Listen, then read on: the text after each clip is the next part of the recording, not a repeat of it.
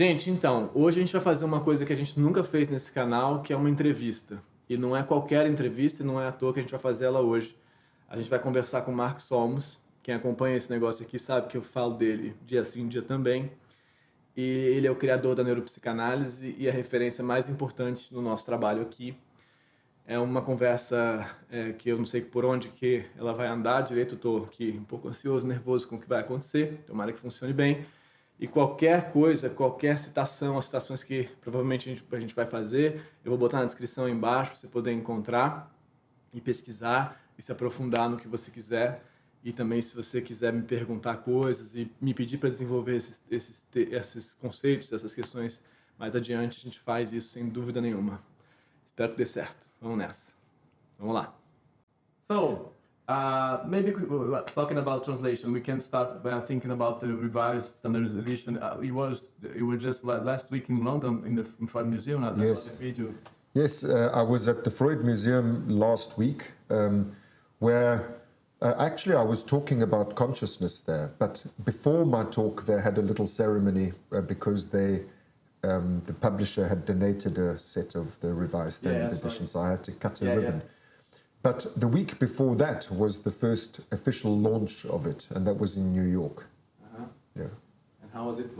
It was very nice. Yeah. It's such an enormous relief to have that off my shoulders. Yeah, I wanted to ask you, how hard was it? How long it took for you to do the whole thing? I'm afraid it took me 30 years. No, really? Yep. 30 years? Yeah. I was appointed in 1994. Wow. Yeah. But why did they appoint you, and how did this happen? Was there's the idea? I from 1989, I started translating Freud's neuroscientific works. Yes. Most of them have never been translated. Yes. So while I was translating those, I found a few articles which I thought would be of interest to a psychoanalytic audience. So I published those in the psychoanalytical journals. In that way, the psychoanalytical community became aware that there was this person called Mark Solms who was busy translating Freud. Yeah. Then when they decided to revise the psychological works, I was the obvious person to ask to rope in to do that because I was already doing it. Yeah.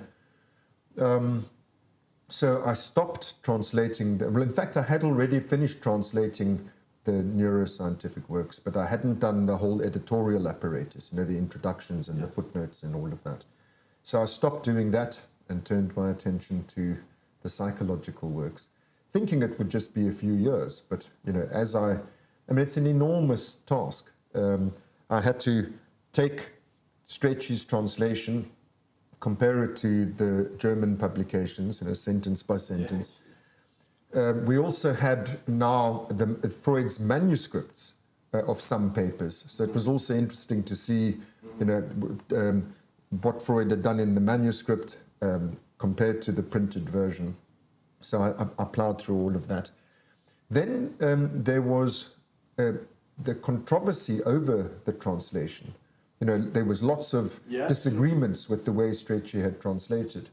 So in order for me to make decisions about what needs to be changed, I had to acquaint myself with that whole literature and then make a decision in each case, And in fact, what I did, when I didn't change it, I made a note to let the reader be aware that there's controversy about this title or this passage. And I informed the reader of what the alternative suggestions are so that the reader can make their own, make up their own mind. And then you must remember that the standard edition that Strachey edited was published in the 50s and 60s. Yes. So Freud's scholarship has grown enormously. It's 7 decades. So I had to update the editorial introductions and the footnotes in line with what we have learned since the standard edition. For example, Freud's famous cases, Dora and the Ratman and Little Hans and all of that. We now know an enormous amount about their lives. Yeah. And also, it's interesting to look at the difference between the actual facts and the way Freud disguised it, because Freud had to protect the confidentiality of the patient. So to provide the reader with the actual facts compared to the disguised version, that's just one example of what I mean by updating the Freud scholarship. So that's another enormous job. And then there were about 56, I think it was, papers that were not in the original standard edition. So those I translated fresh. And then the whole indexing had to be redone, because the indexing was and it sounds like nothing, indexing. No, it doesn't. It sounds like... But it's an enormous job. Yeah. Indexing 24 volumes sure. And it has to be done by a scholar. It can't just be given to an indexer. You have to really understand and know, the Freud works. And I mean, even something like the Freud bibliography, a complete listing of Freud's publications. In the standard edition, I think there were something like 380 entries in the Freud bibliography, of which about 330 were published during Freud's lifetime and about 50 were published after his death. In the new Freud bibliography, it's over 1,700 entries, of which more than 500 were published during Freud's lifetime. So that illustrates the fact that there were 300 publications of Freud that Strachey didn't even know about. And those are mostly neuroscientific works, but also other works. And then also the fact that since Freud died, all of his correspondences have been published, now. Basically anything that Freud ever wrote gets published. So the new Freud bibliography is, more than 1,500 more works in it, than in the original one. So that sort of thing. And when you add all of that up, it's an enormous job. You never thought about giving up and I can't do it alone? Fortunately, when I agreed to do it, which, I was still young then, I didn't really know what I was... You were about 30 years old. Yeah, I was 33 years old. Yeah. And it's like many things in life, I suppose, because you've never done it before, you dive in enthusiastically and optimistically, but you don't really know what you're in for.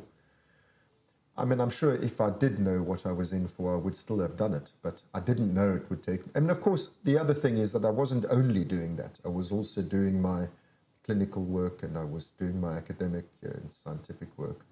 So I didn't work on it full time. Yeah, okay. And thinking about the differences between just this version now and stuff like this classic problems like drives and instincts, how is it called, the 1915 text now? Instincts and their vicissitudes. It's called drives and their vicissitudes. That's a big problem.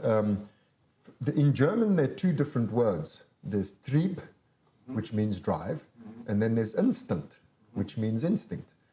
And it's not only two different words, it's two different concepts. A drive is a push, an urge. A demand. A demand, yes. And an instinct is a response to that demand, or it's one possible response to the demand. And the instinct is stereotyped. It's a fixed behavior pattern, whereas a drive is a force with no particular answer.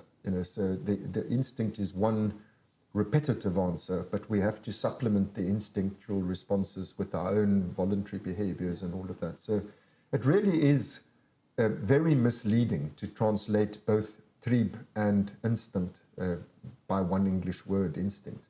So that's why I've changed that. Yeah, here we have the same problem. In Portuguese, there is pulsão, which is drive, and instinto, yes, and we have the same problem with the new translation that we have now. So, let's see. I got to know your work watching a video on YouTube of the conscious it. It was the first thing I saw you talking about. And then I read The Feeling Brain and I got from that. And then I watched this 14 video course, clinical neuropsychoanalysis for psychiatrists and neurologists and what is this one, this old one? Yeah, I don't know which one you mean because I've done many. So, This one is on website, the NPSA website. Okay. It's a 14 video course. Okay.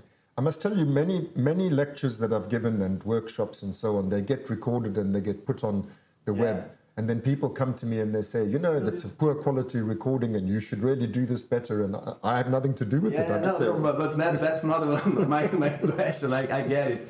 But it's so that I don't know which year was it, but you begin this course explaining why neuropsychoanalysis, why it should exist.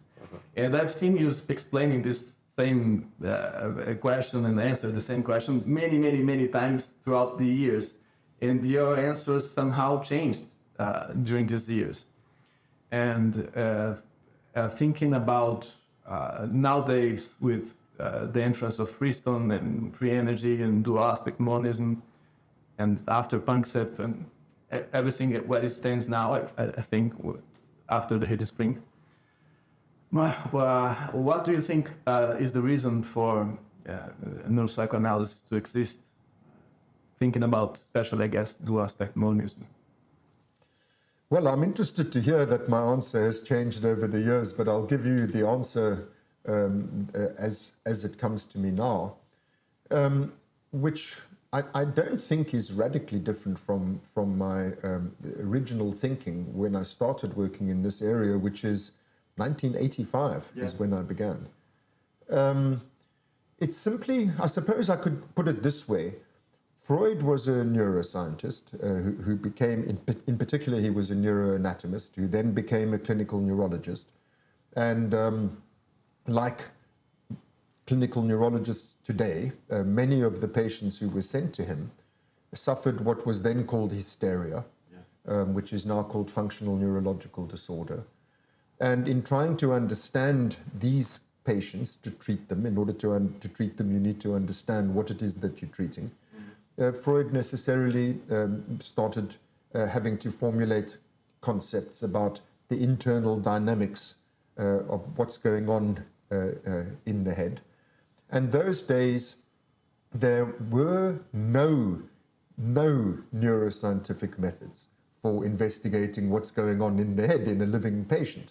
The only method that they had was autopsy. And the crucial thing about hysteria is that at autopsy, there's nothing wrong. You know, if you look at the structure, the anatomy of the brain, this is the very meaning of the word neurosis. It's that there's something wrong with its functioning, but nothing wrong with its structure. So the only method that was available those days taught us nothing. So the only way in which Freud could make ways of testing his hypotheses are psychological ways. Many people say it's such a pity Freud gave up neuroscientific methods and shifted to psychological ones because this was a movement away from science. The irony is that it was the very opposite, that in order to do empirical work, in other words, in order to actually make observations as opposed to guesses, and in order to intervene, in order to see whether what you predict will occur, does occur, the only interventions, the only way of testing hypotheses, in other words, was psychological. You know, Freud had a hypothesis about what's going on. He then intervenes with an interpretation, observes the response of the patient, and in this way, you know, in a rough and ready way, I agree, but it was the only way in which Freud could test his hypotheses and in this way develop his theory. Now, that situation of there being no neuroscientific methods for observing the dynamics of what's going on in the head, that applied then in the 1880s, 1890s, early 1900s. The first and only method during Freud's life that became available was the EEG, the electroencephalograph, was developed by Berger in the 1930s, in the very last years of Freud's life.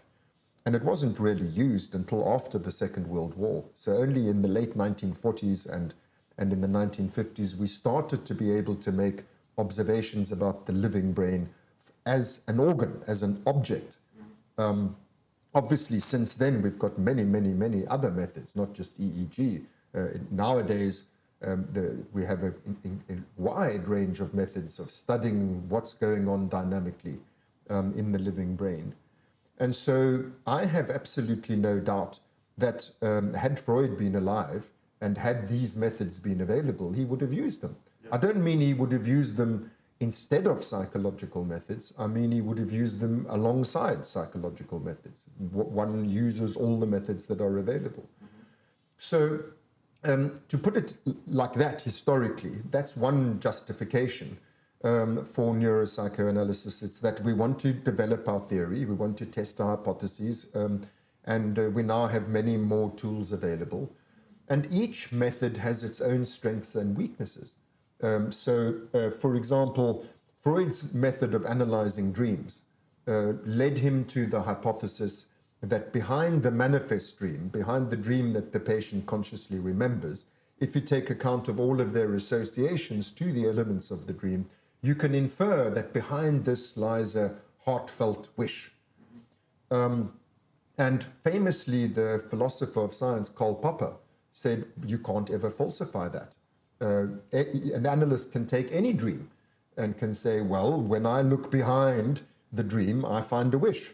And even if the patient says, no, I disagree, that doesn't prove that you're wrong. So there's no way... The resistance stopping. Yeah, well, that's what the typical psychoanalytic response would be, that, well, that wish is yours, you're just disowning it, or resisting it. So it's not a small thing. Popper said, therefore, psychoanalysis is not science, because you can say anything you like and you can't prove it wrong.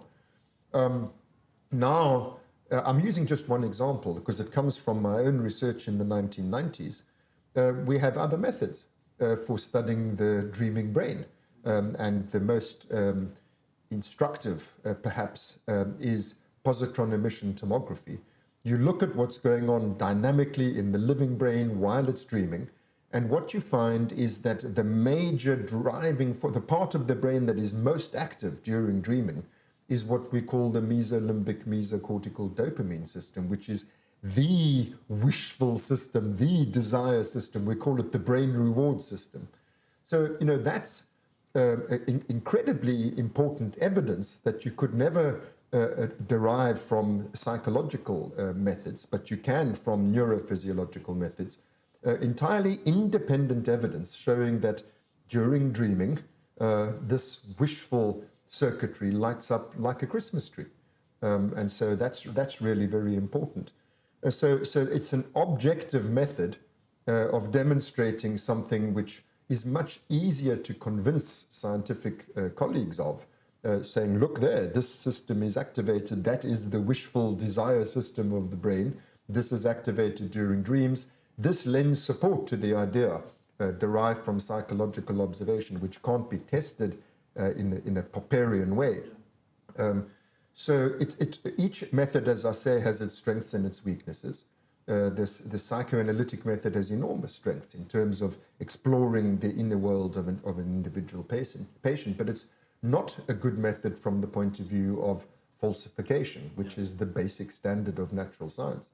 So I really think, without any doubt, that had those methods been available in Freud's day, he would have used them. But I'm giving you a sort of a historical and methodological answer. I could also give you a philosophical answer. You mentioned dual aspect monism. Freud was a dual aspect monist. When Freud draws, for example, that diagram in chapter 7 of the Interpretation of Dreams, where he draws these multiple memory systems of the mental apparatus, as he called it, which has perceptual inputs, and then these memory systems, including unconscious and preconscious ones, and then the conscious system, and then motor outputs. This thing is an abstraction. This is not experienced. You don't experience the mental apparatus. You experience your conscious, the conscious manifestations of its activities. You have to infer its unconscious activities. And then Freud draws this diagram to try to formulate what the basic laws are governing the functioning of this apparatus. That thing, memory systems, that abstract thing, memory systems, which you can experience the having of memories, you can also study those memory systems from their neuroanatomical instantiation. So a memory trace between a set of neurons is one way of observing the manifestations of the memory systems. Another way of observing those very same activities of the memory system is to experience the memory. So the subjective experience of memory and the objective neurophysiology of memory are two different perspectives on one abstract thing called the memory systems, which are part of the mental apparatus and abstraction. So what I'm saying is, because we have on the mind, and only the mind, we have two different observational perspectives. I say only the mind because only the mind has a subjective aspect. The fact that we can observe the activities of the instrument of the mind subjectively, and we can observe the activities of the mind objectively, in other words, as the organ of the mind, that is the brain. Why not make use of both perspectives? Yeah. And I really need to emphasize, because many, especially psychoanalysts, worry that neuropsychoanalysis is a kind of reduction of psychoanalysis Yes. My mother is a psychoanalyst, and she used to say that. But why do you need that? It's just reducing. No, it's not like. Oh, it's not reducing. It's supplementing. You know, it's adding another perspective. And why I say especially it's important to me to emphasize that it's not a reduction, because there are things about the mind that you can only observe subjectively. So the subjective perspective has to be added to the objective perspective of neuroscience. I think that as much as psychoanalysis has to gain by us supplementing the psychoanalytic method by these objective methods, so too neuroscience has an enormous amount to gain by supplementing its objective methods with subjective observations. Because I say again, each method has its strengths and its weaknesses, and if you neglect this subjective perspective, what we can learn through looking inwards, what we can learn about the workings of the mental apparatus, if you neglect that, you'll never understand how it works. For example, feelings. I mean, we all know how important feelings are in terms of what we do, the causal consequences of our feelings upon our behavior. Feelings can only ever be observed subjectively. You can't see a feeling with your eyes. You can only feel a feeling subjectively. Yeah. And so if you leave out of account what you can learn subjectively, you will leave out things like feelings. And let me point out that cognitive neuroscience has left out feelings, and has therefore, I think, come up with very incomplete and to me ultimately unconvincing models of what makes us tick. I think that we need to, it's a bit like the old moral of the blind man and the elephant, you know, that in that story, the one man gets hold of the ear of the elephant and thinks elephants are flat, flappy things, and the other one gets a trunk, and the other one gets the tail, and the other one gets the belly. And if each one of them had only that data, they would each one of them come up with a very incomplete and ultimately misconstrued picture of what an elephant is. The obvious thing for them to do is to talk to each other, you know, to combine their different perspectives, and then you get a much fuller picture. So that's what neuropsychoanalysis is for. And I say again, it's really meant as much to be a contribution to neuroscience as it is meant to be a contribution to psychoanalysis. Yes. So, and how do you think this changed after Friston and the free energy principle? For me, when you saw this importance, well, when did this happen to you? I was aware of Friston's work. You know, he did very important basic research on what's called statistical parametric mapping, which is the basic statistical mechanical framework that makes possible the functional neuroimaging, so fMRI and positron emission tomography. I was aware there was this guy called Friston who'd done this. When was it? Which year? Well, I became aware of that work in the late 1990s, but really it was not at the center of my attention at all. Then when Friston started to develop the free energy principle, which was, I think, 1999 or thereabout was when he first published his free energy principle, because it was couched in such deep mathematical terms, to be honest with you, I couldn't fully understand what the hell this guy was talking about, so I was aware of it, but I never deeply engaged with it. What made me engage with it much more deeply was in 2010, he published, Friston did, a paper in a very important neurological journal, a journal called Brain. He published a paper in that journal together with a psychopharmacologist named Robin Carhart Harris. This was in 2010. It was an attempt to translate basic Freudian metapsychology into the language of the free energy principle. And essentially making the argument that the Helmholtzian concepts that Freud used in terms of developing his basic metapsychology are the same concepts that underlie the free energy principle, and therefore you can translate Freud's metapsychology into free energy principle terms. That was like, wow, first of all, a paper about Freud in Brain in 2010, that doesn't happen. Secondly, this Friston, who'd done such fundamental work in basic theoretical neuroscience, is interested in Freud. That was when he first really came to my attention. So I then started reading his work a little more deeply, by which I mean trying to understand it.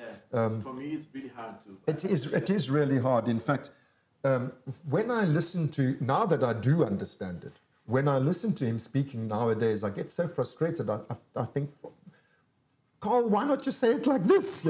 I know what you mean. You mean this. Why are you saying all of that?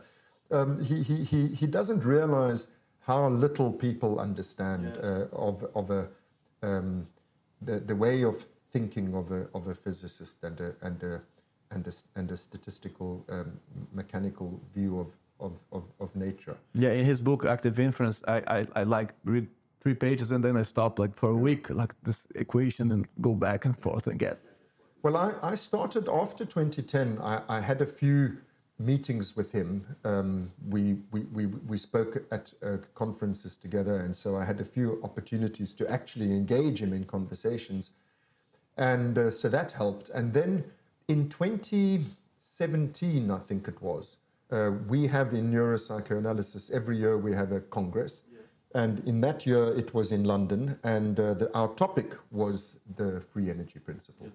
So my job at those congresses is to sum up everything at the end. So, in order not to embarrass myself on this occasion, I really had to make sure that I truly, deeply understood what it was that he was saying. So I took a deep breath and went back to those, those fundamental papers of his, and with a lot of effort, felt, okay, now I really do grasp this, And so it was after that Congress in 2017 that I began to work with him. I'd had meetings with him and had conversations with him, but I hadn't collaborated with him. So after 2017, I started to collaborate with him. But you said, I think if I remember correctly, you said something like, why Carl Friston, when you introduced the topic now of Friston. So I just want to link, whether you said that or not, the question occurred to me. Go on. I want to link Friston to what I said earlier about dual aspect monism. Yes. In other words, the fact that we have 2 observational perspectives. If we take that seriously, that the physical anatomical body is an appearance of the same thing, which appears to us as subjective feelings and thoughts and so on. If these are 2 appearances of the same thing, then you have to ask yourself the question, well, then what is the thing itself? What is the underlying unifying that these are perspectives upon? What is the underlying entity, which Freud called the mental apparatus? What stuff is the mental apparatus made of? And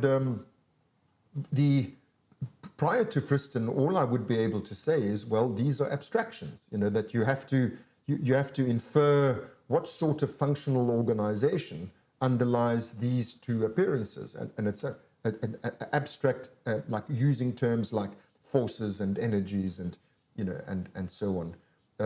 Mental structures, whatever those are, you theorize about this. You use words, sort of. Yeah. So Friston provided us with, I think, a language not only for describing very precisely what those mechanisms are, and describing them in a mathematical language. And mathematics is the most pure form of abstraction. So mathematics clearly is neither physical nor mental. It's an entirely abstract language, and a very precise language which enables us to calculate and quantify. So that's very valuable. But it's not only a language, it's also, Friston's approach gives us an understanding of what the, ontologically speaking, in other words, what is it, what is this actual stuff that underlies both anatomical and psychological observation. And that stuff is information.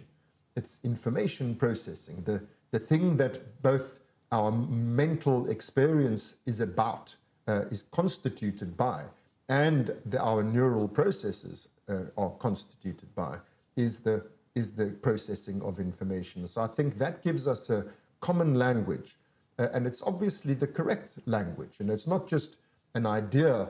It is obviously what the brain is doing is processing information, and obviously what the mind is doing is processing information. Information is neither physiological nor experiential.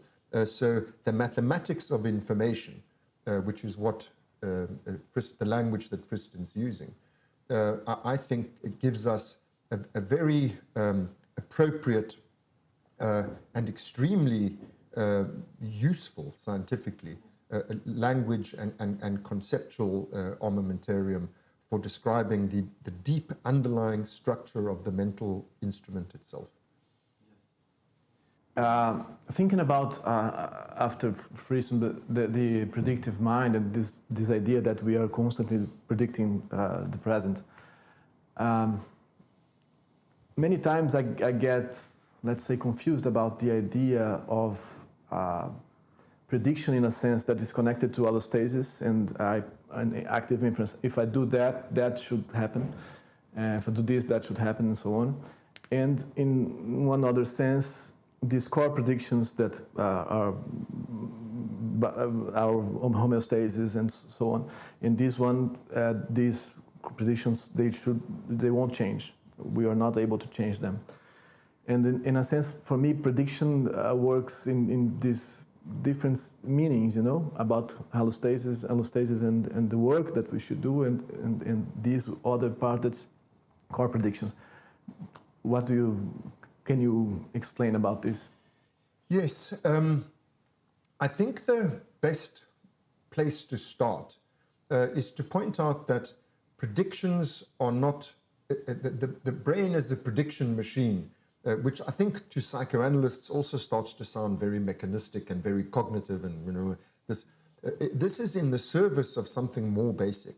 So the most basic thing about the mind is not that it does predictive work, but that it has to maintain the organism within its viable bounds. That's what we call homeostasis. We absolutely need to be at a certain temperature, at a certain blood pressure, at a certain oxygen level, certain water level, certain sugar level, and so on. So there are narrow ranges within which we have to remain. That is the most fundamental thing about living things, is unlike non-living things which just dissipate, they just equalize with their environments. These special systems that are living systems have to work to stay within those states which are viable for them across a wide range of parameters. And that in turn gives rise to the need for us to have a model of how the world works. If I'm going to meet my needs, my need to stay within this and that and the other parametric bounds, then I have to have a model of how the world works so that I know what I must do in the world in order to remain within those bounds. So the first thing that you refer to there is the model that we're born with. we're not born without a biological prehistory, so natural selection has built into us an inbuilt, innate model of how the world works. This gives rise to our reflexes and our instincts. So, for example, when I spoke about core body temperature, there are innate mechanisms that are predicted because they worked over generations upon generations upon generations. This way of acting by the body enabled the creature to continue to live. Autonomic responses. Yes, autonomic responses. The correct autonomic responses enabled the animal to survive and reproduce. And so those responses that enabled animals to survive and reproduce get passed down. So we are born with these, what is really a model. It's really a predictive model of, given my understanding, not in mind terms, but given the body's innate knowledge, what has been learnt over evolutionary time, it is a predictive model of what sorts of actions by the body, what kind of reflexes by the autonomic body will enable the organism to carry on existing, to carry on remaining within its viable bounds. Now, those are very stereotyped, they're very fixed. So that's the first category that you're talking about.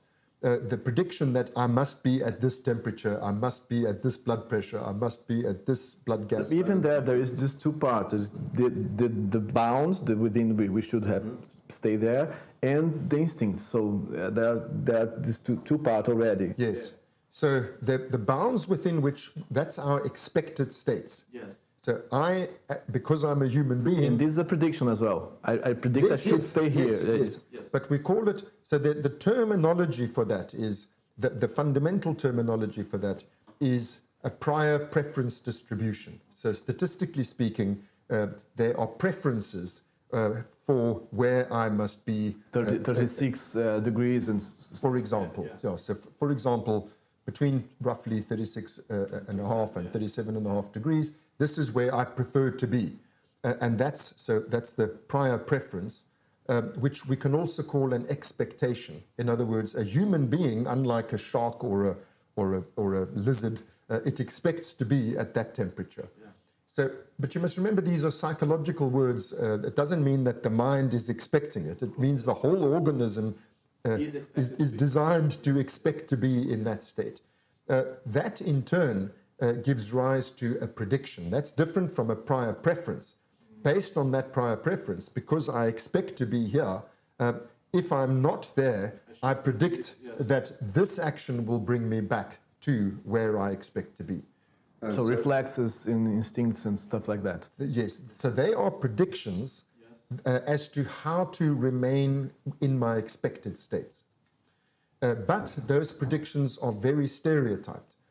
So they only work in an environment that fits my innate model of the world. So in my innate model of the world, and this is what I meant by a predictive model that we're born with, in my model of the world, there is a certain amount of oxygen in the air. You know, that's the whole reflex is based on the expectation that a certain amount of oxygen is available. If I now move into an environment like a smoke-filled room, which certainly can happen, now that reflex won't work anymore, because when I breathe in, I don't get the expected amount of oxygen. I get, with it, I get carbon dioxide. Normally, I breathe in oxygen, breathe out carbon dioxide. Now, I'm breathing in carbon dioxide with the oxygen, and so the reflex doesn't work. That is why we then have to do something else. So the predictions that we're born with are not enough. We have to then learn from experience. We have to supplement those predictions with new predictions. And that, when I say supplement, it doesn't mean we wipe out the old one, because still that reflex works in most environments. But I now need to have an additional prediction of what do I do in this novel, unexpected situation, this uncertain situation in which I'm in a carbon dioxide-filled room. And so and the crucial thing there, and this is where my work with Friston has focused on this issue, that how does the organism come up with a prediction in those uncertain situations. Feelings. Yes. So there's only one possibility without feelings, which is that the animal behaves randomly, because it's just in a state, and it just runs around, does all sorts of things. But what feeling does is it enables the animal to feel, to register, this random behavior is making things worse for me. My air hunger, my suffocation alarm is increasing, whereas this behavior is making things better for me. I find relief if I go downstairs as opposed to going upstairs. And so that is the fundamental basis of choice and of voluntary behavior, which must be rooted in a value system. And that value system is registered by the organism as feelings. The feelings represent a deeper value system, which is the basic value system of all biology, which is that it is good to survive and it's bad to die. So if we didn't have feelings, the random behavior of the organism would result in most of the population dying because they would do the wrong thing. A small subset would do the right thing, and then that would be they would be the ones who survive, and so that behavior will be passed on as a new reflex in the next generation. What feelings allow is, without most of the population dying, during our individual life, we can make a choice about which behavior is most likely to succeed. Can learn within our lives and not. That's right. Yes. So it enables you to survive in that unexpected situation by feeling your way through the problem and making choices. And then, in addition, it enables you to lay down a prediction on the basis of that experience. Now, in future, if I find myself in a smoke-filled room, I have learned from past experience, don't go upstairs, go downstairs. I now have that prediction at my disposal.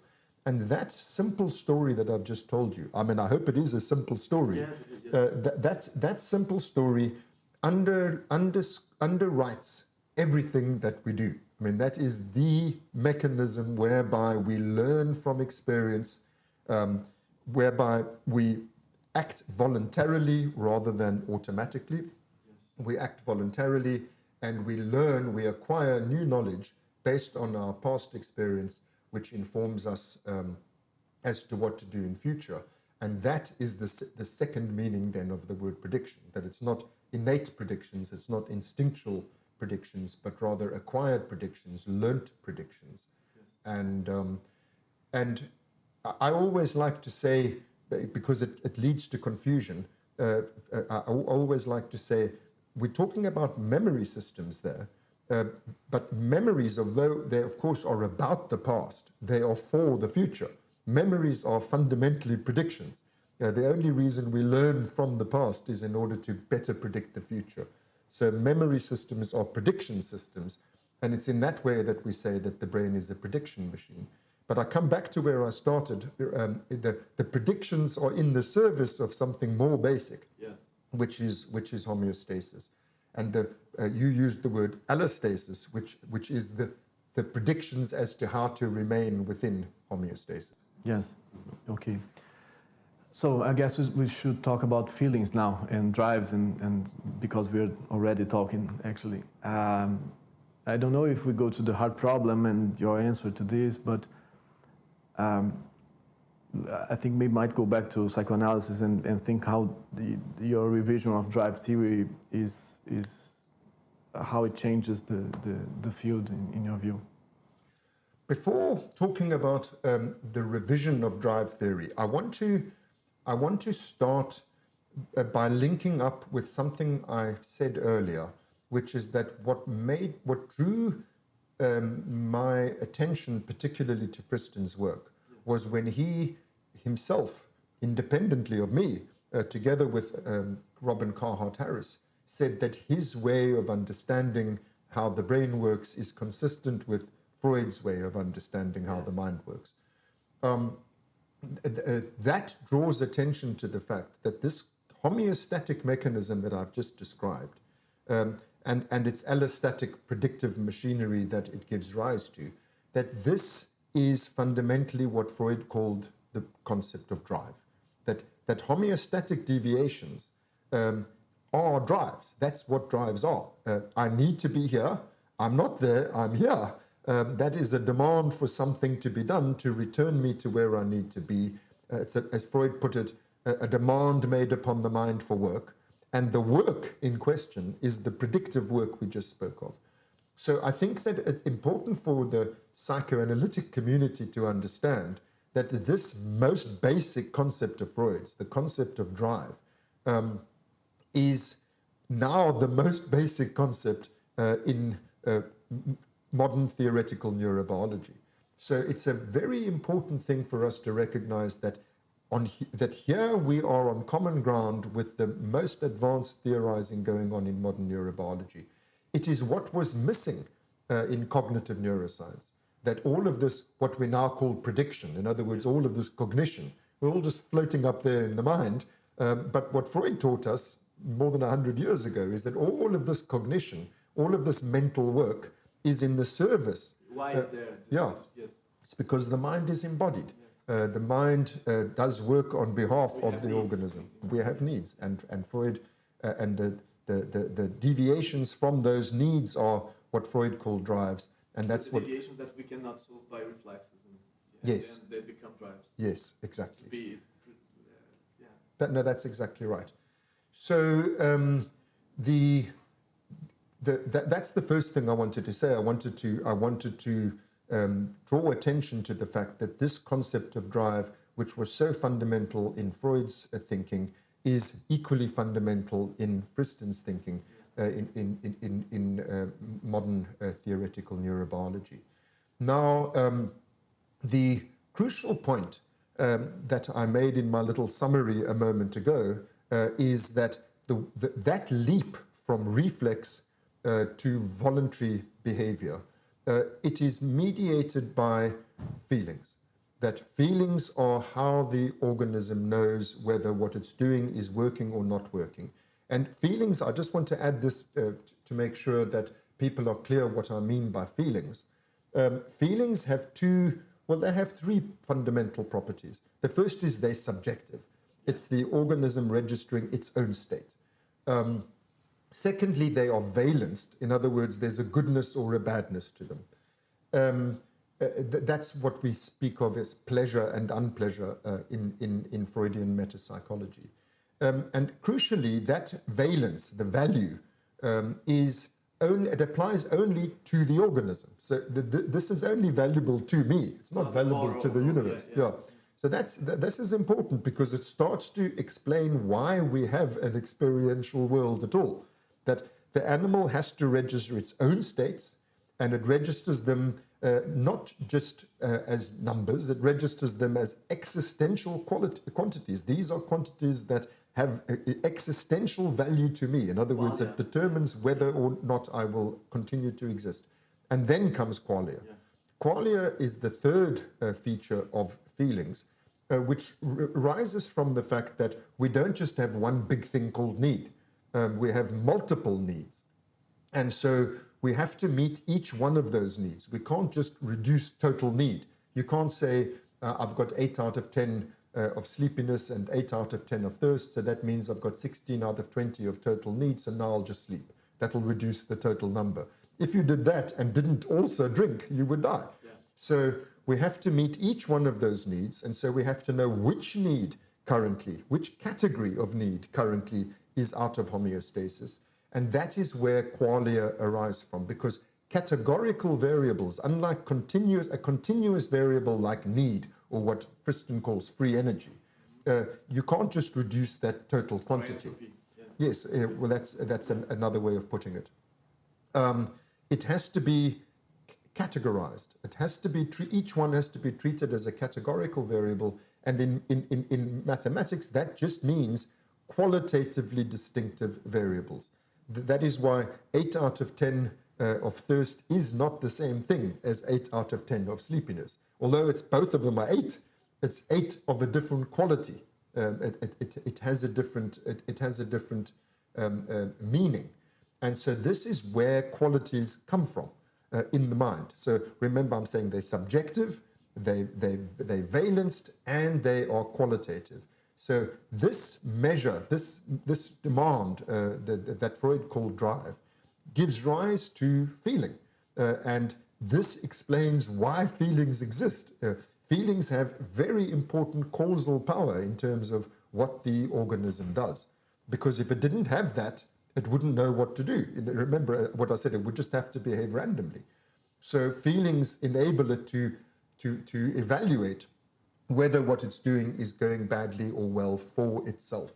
And this inserts feeling, it inserts subjective experience, what the philosophers call qualia. It inserts it into a mechanistic, physicalistic understanding of how this part of nature works. And why. And why. And the fact that we can say how and why feelings arise means we have an answer to the hard problem, because the hard problem of consciousness states exactly that we cannot do this. There is no mechanistic account of how and why experience must exist. And I believe that that hard problem arose precisely because we were studying only higher cognitive functions. Visual perception has been the standard model example of conscious experience.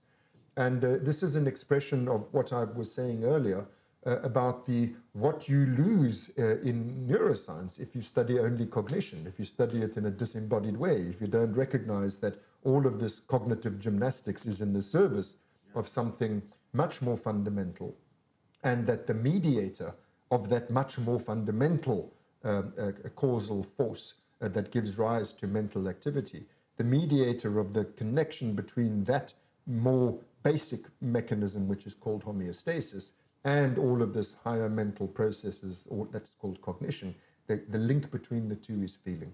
Yeah. And if you don't take account of how feeling underwrites cognition, and only study cognition in its own right, you will never understand why it has to be conscious. Sure.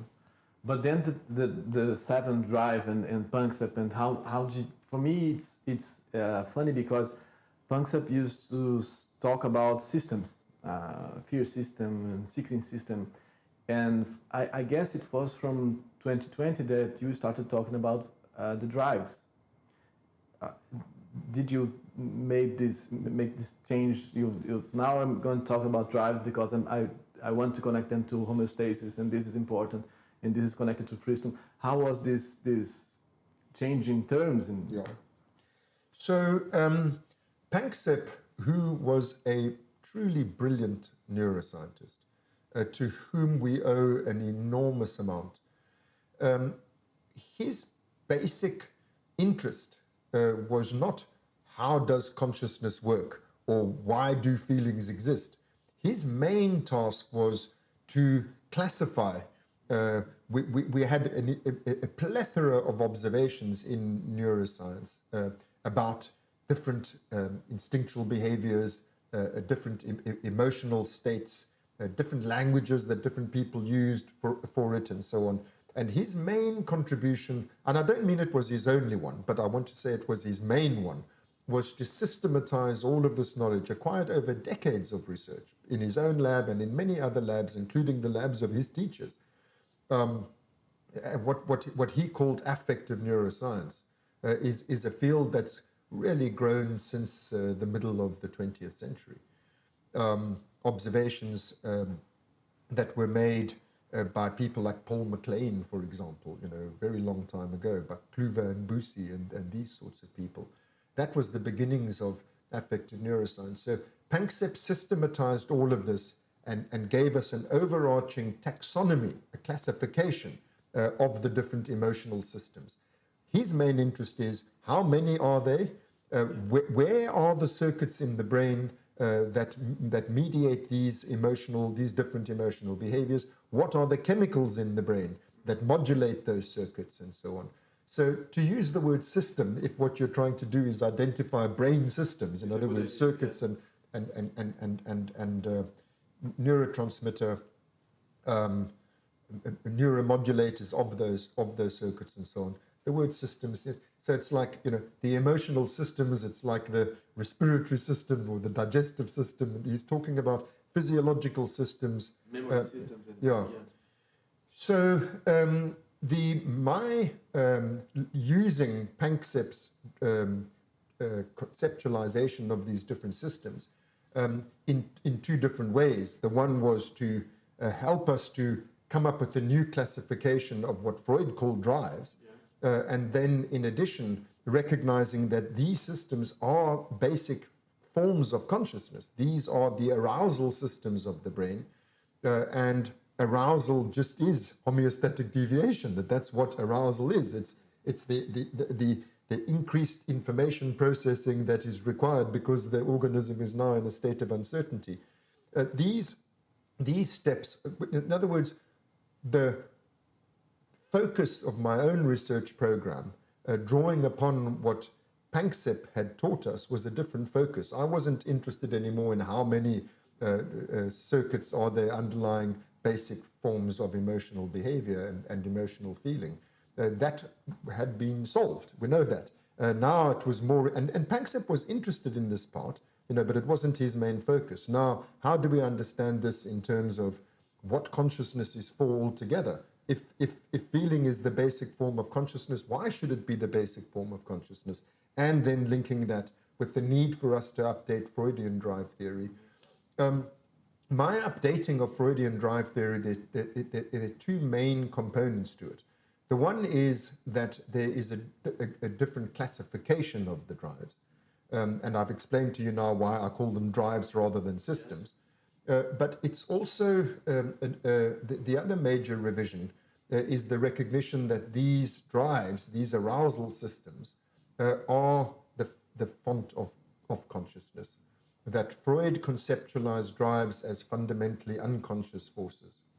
And it, to me, was a real difficulty when I recognized I think it was 2012 or 2011, in fact, I've said already, my job at the Neuropsychoanalysis Congress is to sum up at the end. Yeah. And that particular Congress, it was 2011, it was in Berlin. And our topic, whereas in 2017 our topic was the free energy principle, our topic in 2011 was the embodied nature of the mind. And our main speakers were Jaak Panksepp and Antonio Damasio and Bud Craig and a few others. Gillespie was there. And so I had to integrate what they had said with what the psychoanalysts had said. And in what both Panksepp and Damasio in particular were drawing our attention to was that these emotion systems are the fundamental consciousness systems of the brain. And recognizing that those systems are in fact drives, these are the basic motivational forces of the organism. Recognizing that they are in fact drives and trying to integrate that or reconcile that with the clearly correct observation that these systems are the systems which give rise to consciousness. That they're by no means unconscious, they're the very opposite. They are what injects consciousness into the otherwise dry. And that's a major change for psychoanalysis, that the consciousness it's hard to explain sometimes. But we don't have unconscious feelings, and then we get to what do you mean by unconscious feelings? Yeah, well, Freud said that there's no such thing as unconscious feelings, and I think he's right. In fact, the very meaning of the word feeling implies that you feel it. To speak of an unconscious feeling is to speak of a feeling that you don't feel.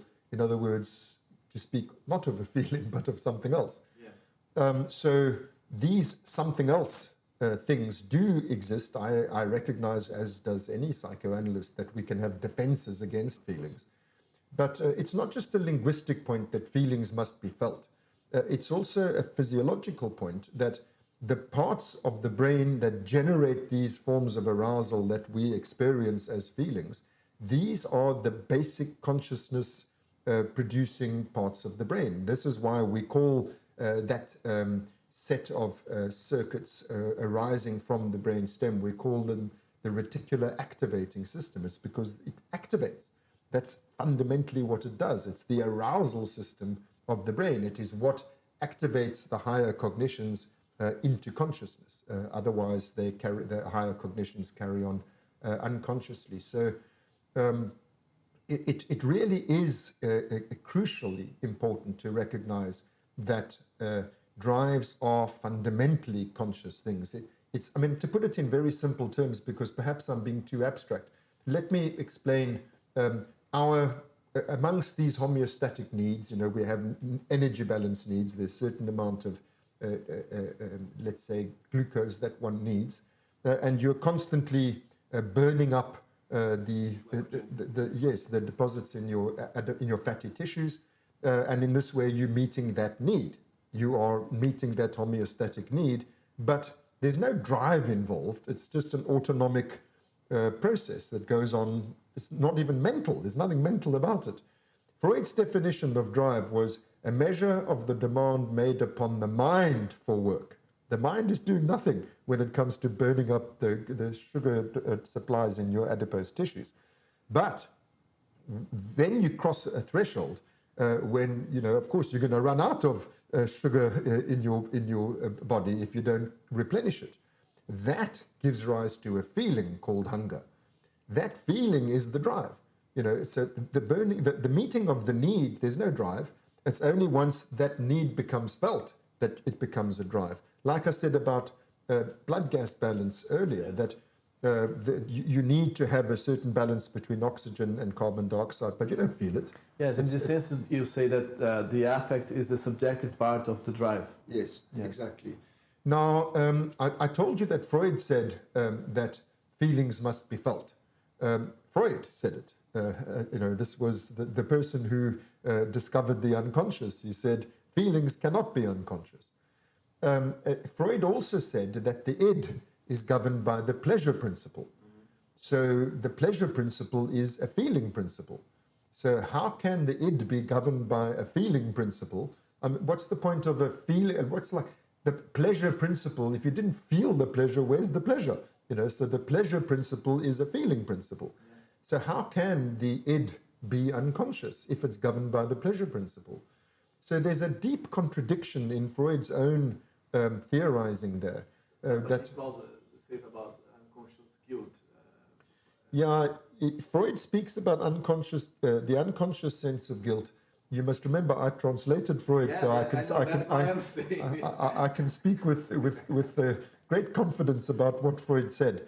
Each and every time that Freud uses the phrase unconscious sense of guilt, he then either puts a footnote or the very next sentence says, well, of course, it's not really an unconscious sense of guilt. Really what we mean is, and ultimately what he ends up saying is, it's a need for punishment. That's what he says. So you're not unconsciously feeling the guilt. Well, this is a whole other story, but basically do you have a need for punishment? There's a long story behind that. But the main point that I'm wanting to get across here is that although it is an enormous revision to say that the drives are conscious, it nevertheless is required by Freud's own theory. It's required by the theory. If feelings are always conscious and if it is governed by the pleasure principle, then it must be conscious. So there's a contradiction in Freud's theory itself, which is resolved by these new empirical observations, which show us that, in fact, that part of the theory is right. The part of Freud's theory which says the id is governed by the pleasure principle, that part is right. The part of Freud's theory that says the id is unconscious, which is incompatible with the idea that it's governed by the pleasure principle, that part is wrong. And then we have to ask, well, where did Freud get that idea from? Absolutely. So he got it from the neuroscience he was taught in the late 19th century. The very same neuroscience that medical students are taught today, that the cortex is the organ of consciousness. Freud thought since apparently that's true, because that's what all my teachers, it's exactly how he draws it, and he explains it. He even calls it the cortex of the ego. So it's a mistake that was made by Freud's teachers, that Freud imbibed, that is still made by neuroscientists today, and it led him to two contradictory beliefs about the id, and we have to drop the one that was wrong. namely that the feelings come from the top down, from the cortex down, that they come from what Freud called the perceptual system. Yes. Feelings don't come from the perceptual system. Feelings make the perceptual system conscious. We feel our way into our otherwise unconscious perceptions. Yeah. So I did your clinical workshop in 2020, I guess, at the end of 2020. And there was this, Andrea Clarici called this, I guess, he did it, this 3-step process. You recognize what's the feeling that the patient is suffering from, and then what's the repressed prediction, and then what's the defense mechanism. Do you still teach this way? Exactly that way. So, I mean, there's a big gap between what we've been talking about so far, which is deep theoretical questions, and coming to these technical recommendations, which is what they are, clinical technical recommendations. No, but I'm asking because I want to talk about the repressed and the yeah, sure. So, yes, indeed, that if I meet a patient for the first time, then the number one question that I ask is, what feeling is this patient suffering from? Yeah. In fact, it is also why the patient came to us in the first place. It's what motivates the patient to come to seek help, is that they're suffering. And what are they suffering? They're suffering an unpleasant feeling of one kind or another. So my question... deviation that they are not being able to resolve. So that, yeah, so my conceptualization of feeling is that there's a emotional need, a drive demand that is not being satisfied. Yes. And so I want to classify the feeling. That's the first question. Which one of the patient's emotional needs is not being met? So that's the first task.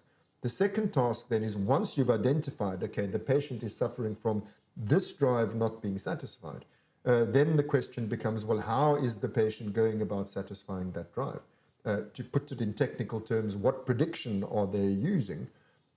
The prediction, of course, being unconscious, because if it was conscious, when it doesn't work, the patient would change their mind. But because these are unconscious, the patient doesn't know that they're doing what they're doing. They don't know why they're doing what they're doing. And most important of all, they don't know that what they're doing is leading to their emotional suffering, because it is meant to satisfy this emotional need and it isn't satisfying it. So the conscious part is the feeling the patient suffers from. The unconscious part is the prediction that they're using to satisfy that drive. How do we come to identify what that prediction is twofold. The one is you observe what the patient does, knowing that what you're observing is how the patient is going about meeting this need. And that thing that the patient does is what we call transference.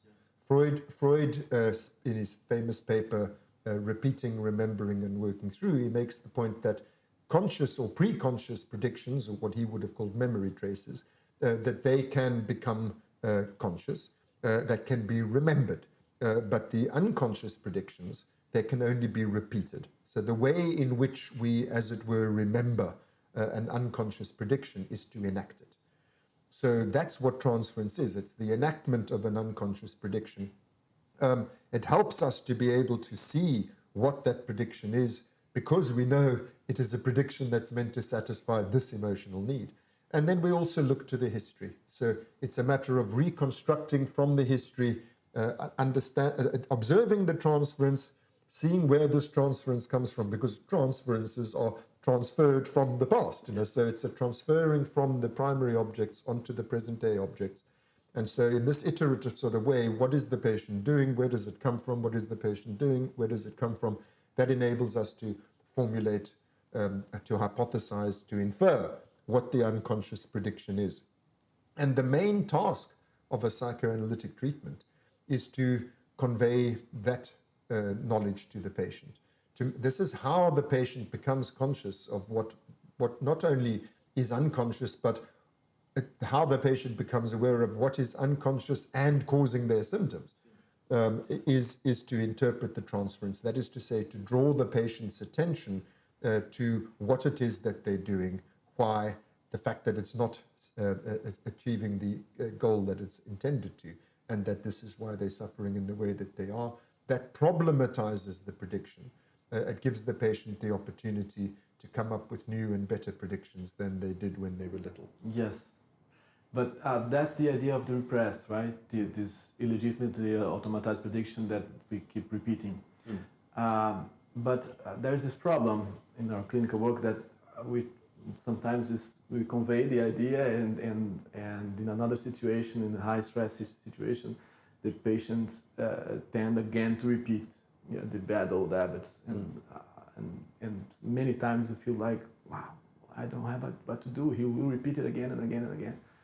And in this sense, what's the role of the therapist if the patient if in a stressful situation tends to repeat? So the first role of the therapist is, in other words, the first thing that we do that is therapeutic is transference interpretation, and we've just discussed that. The second thing that we do that is therapeutic is what you've just said, which is called working through. It is making the same interpretation again and again in multiple different contexts, because although there's one prediction which is unconscious, the patient does that thing in this situation. They do it with here with their partner, here with their sister, here with the people they work with, and and so on. So showing the patient in these multiple different contexts, you did it again, you did it again, you did it again, enables the patient to generalize, enables the patient to, in cognitive neuroscience, we speak about each you did it again as an episode. Yes. So that's an episode of you repeating it, that's an episode, but that's episodic memory, each concrete event. Then beneath episodic memory is semantic memory, which is generalizations. So generalizing from each one of those individual events, so the patient now might think, okay, so I did it again, how else might I have dealt with that? So they might have a new prediction about how they could deal with that one concrete situation. Many times afterwards. Yeah, so, but if you do it in many different situations, all of those episodic predictions now become semantic predictions. Yes. And in this way, you gradually consolidate, you gradually render more and more automatic the new prediction. And the great value of the new prediction is that it actually meets the need. So it works. But implicit in what I'm saying is the fact, and the sad fact, that which you've mentioned, which is that the old prediction doesn't go away. It's still there. It's just that we've now got a new prediction consolidated alongside the old one. It's not something that I think is necessary or that I want to be true, or it just is the case that the repressed prediction never goes away, which is why, as you said, the patient under stressful circumstances can always revert to their to the bad old ways, because they're still there. He goes away from accuracy and tends to simplicity. So do you think we can say that one patient has one core bad prediction, sort of one repressed, that he keeps repeating throughout his entire life, in a sense, and sometimes it has different consequences depending on the environment, but we can see this is the same prediction all the way? So in order for me to answer that question, I need to go back to something that you said a few minutes ago. You said Andrea Clerici taught you that there are these 3 steps in the formulation. I used this definition during the workshop. Yes. So you mentioned the first one, what feeling is the patient suffering from? The second one, what is the repressed prediction that is giving rise to that suffering? Yeah.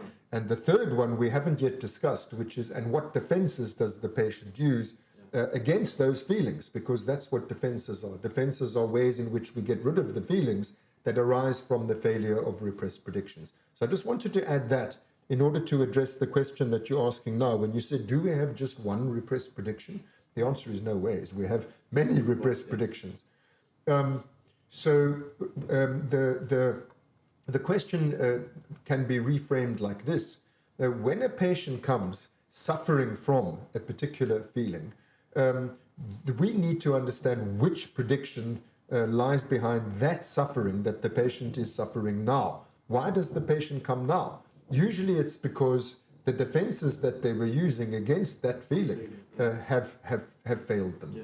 So there are many, we have multiple repressed predictions. Every child faces situations in which its emotional needs cannot be met. And it's not just because some of them are really hard to satisfy when you're a child, especially sexual needs. I mean, it's impossible for a child to satisfy it's what we call the lust drive, the sexual drive. So these are insoluble problems to the child. But in addition to each individual drive, there's also the fact that they conflict with each other. So in order to satisfy your what we call the rage drive, the aggressive drive, you need to attack and destroy the thing that's frustrating and impeding you. But what if that thing that's frustrating and impeding you is your attachment object, your caregiving object, whose presence you need forever and always? So there you have a conflict. So these are ubiquitous. The fact that there are many needs children can't satisfy and there are many needs that conflict with each other means that children have to come up with the least bad solutions they can. Later on in life, they might be able to come up with much better solutions. Hopefully, yes. Better, I didn't mean perfect. So for the reasons I've just mentioned, there are numerous repressed predictions. And because they all give rise to suffering, the child just no longer knows where the suffering's coming from because they put the problem out of mind. We use defenses against those feelings. And when I say defenses, we mustn't think of something pathological. It's precisely because repression is necessary and ubiquitous. So too, defenses are necessary and ubiquitous. And mostly the defenses that we use are very realistic and they serve us well. I think the best example is sublimation. I'm a great fan of sublimation. It serves us very well. You don't need to know that when you're satisfying, say, for example, your sexual drive with your adult partner, you don't have to know actually that person stands for your mother, that this is a replacement for the repressed object, the object that is being transferred is in fact your mother. Fine, sublimated, there's a substitute formation of the object, and it works perfectly well. That's a defense.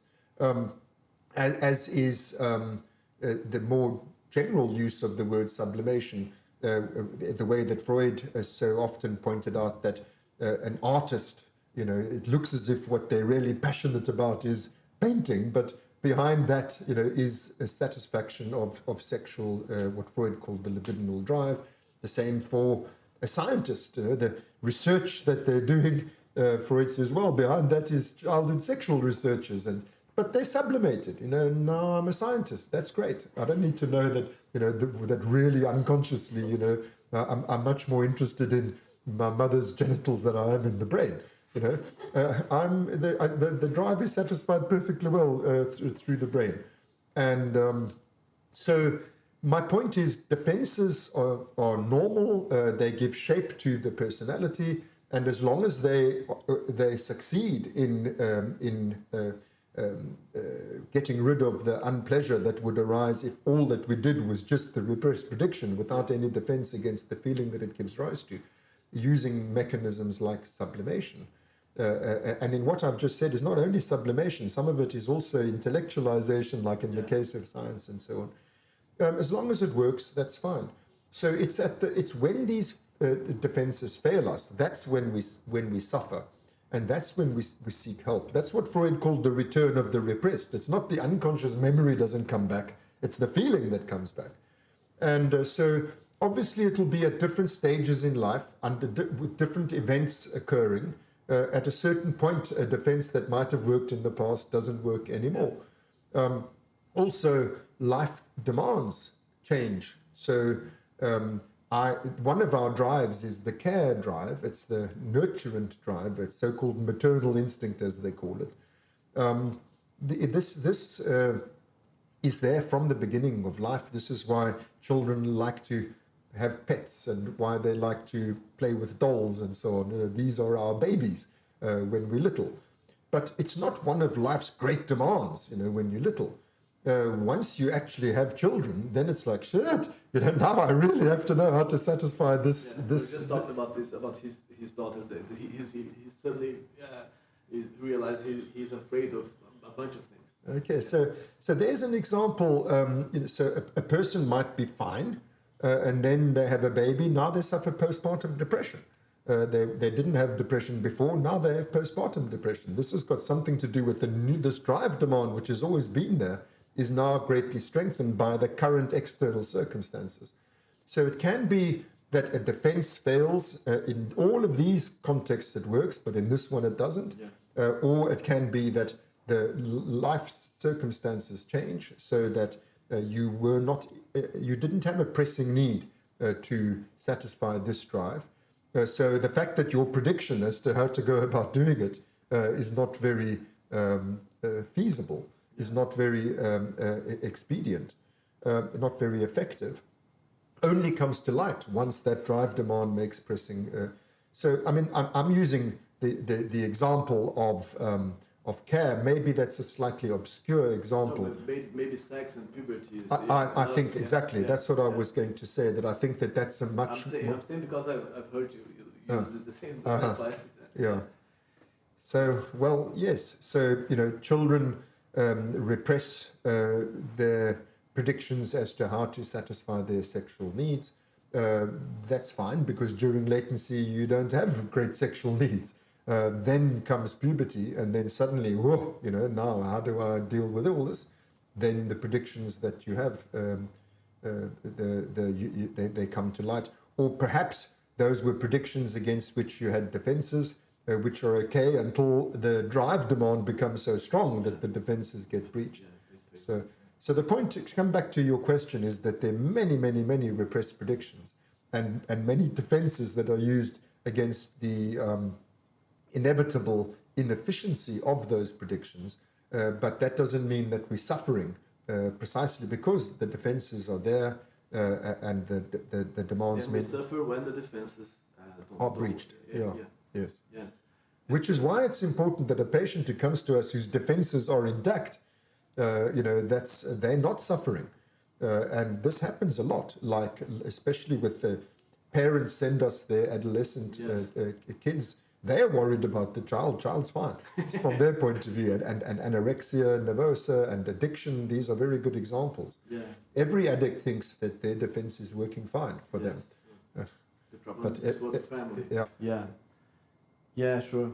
But in this sense, how could we connect these defenses to developmental stages, thinking about puberty and lust, or early adulthood, and maybe I call it dominance. I cannot call it play anymore because I disagree with Hassel. For me, it's impossible to think. I wanted to ask you about that as well. But anyways, how does this phase, this moment in life, is generally connected to one demand rising about one drive? So all the drives are there from the beginning. In parallel with each other. And I need to add something here because most psychoanalysts who still, even though they don't realize it, they still use Freudian drive theory. They think they use no drive theory, but they actually use Freudian drive theory in kind of metaphorical ways. So this idea, that first there's an oral stage of development, then an anal stage, then a phallic stage, then a genital stage. People still speak about my anal patient and my oral patient and so on. They're just forgetting that these words are metaphors for a drive theory. And the crucial point that I'm wanting to make, because this is also implicit in many psychoanalysts' thinking, is that this is a developmental theory in which the one drive replaces the other, or at least it should replace the other in Freud's thinking. So you should overcome your oral phase and then progress to the anal phase, and to the extent that you do not, you have fixations at the oral stage to which you can regress. So a fixation for Freud is a bad thing. You must move, your libido must move on from oral to anal to phallic to genital. Now, we don't think that these 4 drives that Freud thinks of as phases in the development of an overarching concept of libido, we don't think that they are phases of the development of the libido. We think that they are separate drives. So, for example, what Freud called oral sexuality, Fairbairn and Bowlby already said that's not sexuality, that's attachment. You know, so it's a separate drive. So oral sexuality, we think, is a separate drive called attachment, or panic grief drive, as we call it. What Freud called anal sadism, you know, we call it the rage drive. What Freud called a phallic narcissism, you know, we call it the play drive. And what Freud called the genital phase of development of the libido, that we call the lust drive. So to come back to my earlier point, all 4 of these drives are there in parallel from the beginning. They don't succeed each other. The great task of maturation, of psychological development, is not to move, to get over to get over your attachment needs, and then to get over your aggressive needs, and then to get over your power needs, and so on. It is to integrate them with each other. That's the main task. The main task is to integrate them with each other, to find ways of reconciling them with each other. Freud's concept of drive fusion is what we are invoking here. And it's the same concept as Melanie Klein's integration from part-object relationships to whole-object relationships, from paranoid schizoid to depressive position. Now, I had to say all of that in order to make the further point that the predictions we come up with as to how to satisfy this need, how to satisfy that need, how to satisfy the other need, and the integration of those predictions with each other, that is not defenses. Those are predictions as to how to actually satisfy those needs. And to the extent that they're good predictions, great. To the extent that they are bad predictions, in other words, they have been prematurely or illegitimately automatized, those we call repressed predictions. And repression for us is not a defense. Repression for us is aimed at meeting the need. I mean, the prediction was the child's best effort to satisfy its need. It may not have been a good effort, but it was the best the child could come up with. Yeah. That's different from a defense. A defense has nothing to do with trying to meet the need. It's trying to get rid of the feeling arising from the fact that your prediction does not meet the need. So given the fact that I'm not going to change this prediction, in other words, it has been automatized. In other words, in the case of repressed ones, illegitimately automatized, and that's not up for revision. Given that, there will be this feeling that the child suffers, and the defense is, how do I get rid of that feeling? That's a completely different thing from the repressed prediction. So we don't think that defenses have a development. This is the main point I was leading up to. We don't think that defenses have a developmental trajectory. Like so many people nowadays in psychoanalysis, and it came toward the end of Freud, but in the object relational schools, it came much more to the fore. The idea that the earliest stage of development is characterized by psychotic defenses, and then the next phase of development is characterized by narcissistic defenses, and then the last by neurotic defenses.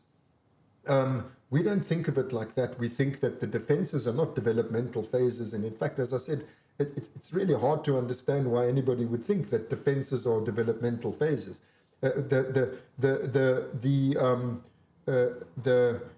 neurotic defense is supposed to be repression, okay, according to this way of thinking. So in other words, in these earlier stages of development, you don't have such a luxurious thing, such a mature defense as repression. Instead, you have projection and introjection, in other words, splitting in Melanie Klein's sense of the word. That's the narcissistic type of defense. And in the psychotic type of defense, there's disavowal, what Freud called in English translation. In German, it's Verleugnung.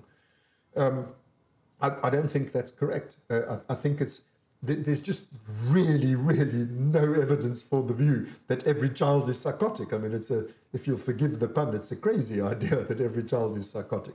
The repression can happen at any stage during that progression from earliest childhood into the so-called Oedipus complex. And it's only from the failure of the repression that the defense gets instituted, and the defense can be more or less realistic.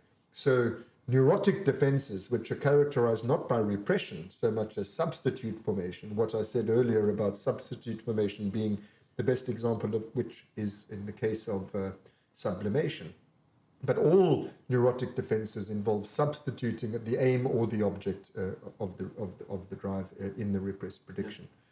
In narcissistic defenses, there is splitting, but what that involves is not varying the aim or the object, but rather varying the source of the drive. So this feeling arising from an unmet need is not mine; it's yours. You know, the feeling comes from you, not from me. That's the projection aspect. You know, and then psychotic defenses. So I'm sorry, I'm saying in a very roundabout way that the defenses are more or less primitive depending on how more or less realistic they are. They're not more or less primitive according to at what stage in development did they occur. But I understand, but two questions, I guess. What makes us form one type of defense rather than the other? And then why would someone in this situation use a neurotic defense or the other guy, psychotic defense? And but how is it connected to the pressing of the drives along our lives? Thinking about puberty and early adulthood. Yes.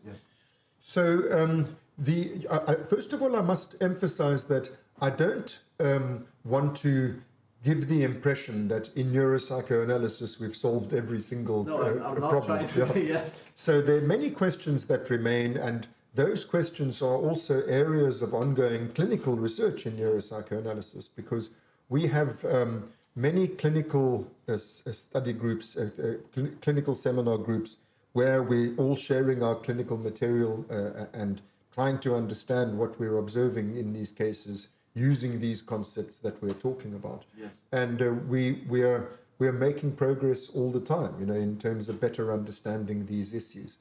So one of these study groups was particularly looking at psychosis. Yes. And so these are very interesting questions. Why does one patient make use of psychotic defenses whereas another patient makes?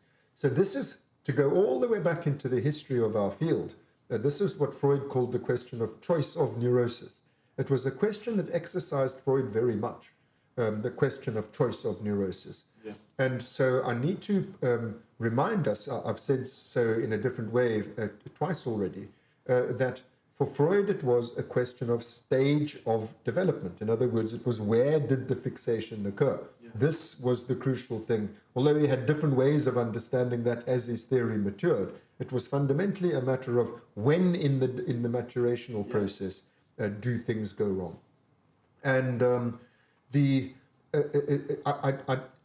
need to replace this way of thinking with another way of thinking. I'm not saying that it's untrue that the earlier things go wrong as opposed to the later things go wrong makes no difference. I think the earlier things go wrong does make a fundamental difference, because the kinds of predictions that a 1-year-old is going to come up with, or if you have repressed predictions that arise from the very earliest years of life, they're likely to be very unrealistic predictions. In other words, predictions which are hopelessly inadequate to the meeting of our needs. Also, it has to do with how many things go wrong.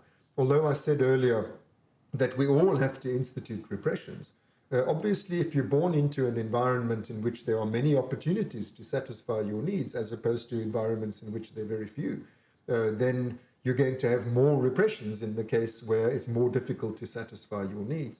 So there's an impoverishment of the ego. The more repression there is, the more that you're doing things in a stereotyped, automatic way outside of your own voluntary control, which means you're not testing your predictions against errors, what Freud called reality testing. You know, so there's the more impoverished that the ego is in terms of, first of all, how primitive are the predictions, how early did it happen, and also how many of our predictions are repressed predictions. These are going to make for a much weaker ego that is going to come up with much more primitive defenses. Yes, and this is deeply connected to the environment. Yeah. To the environment, but not only to the environment, it is also connected to constitutional factors in the drives, because let me just make the point that the stronger that a drive is, the harder it is to satisfy it. So it's not only over the maturational process. Drives like at puberty, lust becomes much stronger, at childbirth, care becomes much stronger, and in the very earliest months of life, panic grief is at its strongest. It's not just that the strength of the drive varies according to the different stage of development that you're at. It's also that we are born with different strengths of drives. You know, some kids are just born more anxious than others. Some kids are just born more aggressive than others. I'm sorry if that sounds conservative, but anybody who's got more than one child will tell you they're not the same. Yes, yes. You know, Since so the beginning, yes. yeah. So if a child is very clingy, you know, then in other words, has a very strong panic grief drive, then it's going to be harder to satisfy that drive than a kid who's like easily separated from the beginning. That they were more. And that by itself will change the environment. Yes. Yeah. So it's an interaction, and this is also a very old idea in Freud. Freud called it the complemental series, the interaction between constitution and environment. So these are, but you know, to go back, so these are the sorts of concepts that we're invoking in terms of our attempts to understand all of these questions. But we're far from having understood them all and answered them all. I will just mention in addition that there seems to be special relationships between certain kinds of pathologies and certain drives, and also between certain drives and certain defenses. You know, like for example, obsessional defenses are particularly invoked against the rage aspect of the conflict between rage and panic grief. Yeah.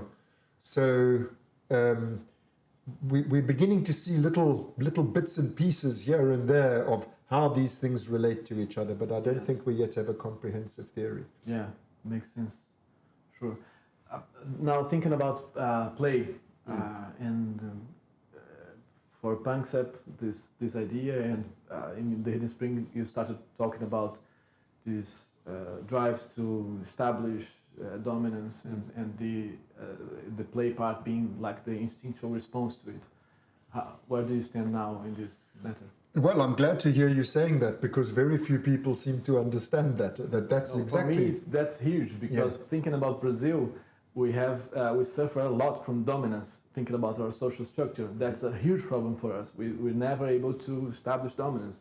In many times we're not able to play with that, even though we play, but it doesn't solve the problem. Well, it's exactly the way you've just described it, that we mammals are a social species. We live in groups. All mammals do, and those groups are always organized hierarchically. The play drive has to do with this aspect of our nature, this aspect of how do we deal with the fact that we have to find our way into the group and we have to find our place within the hierarchy of the group.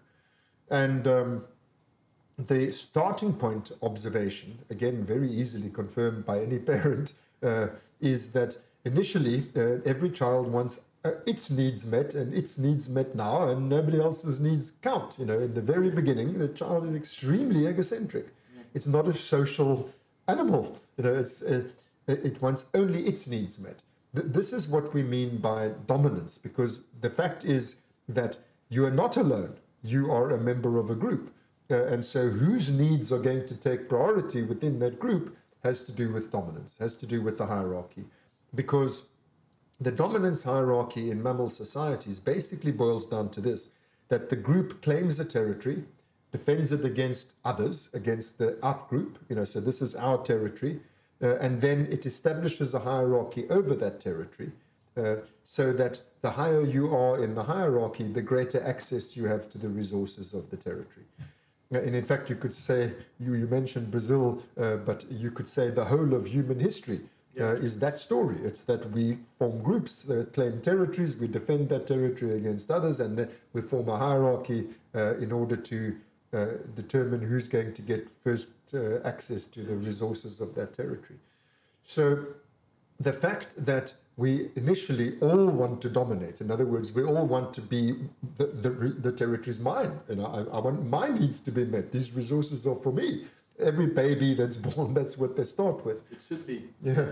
The fact, yes, but the fact that it is so leads to a real problem for a social species, because if we are all of us constantly trying to dominate, we will be in a constant state of war.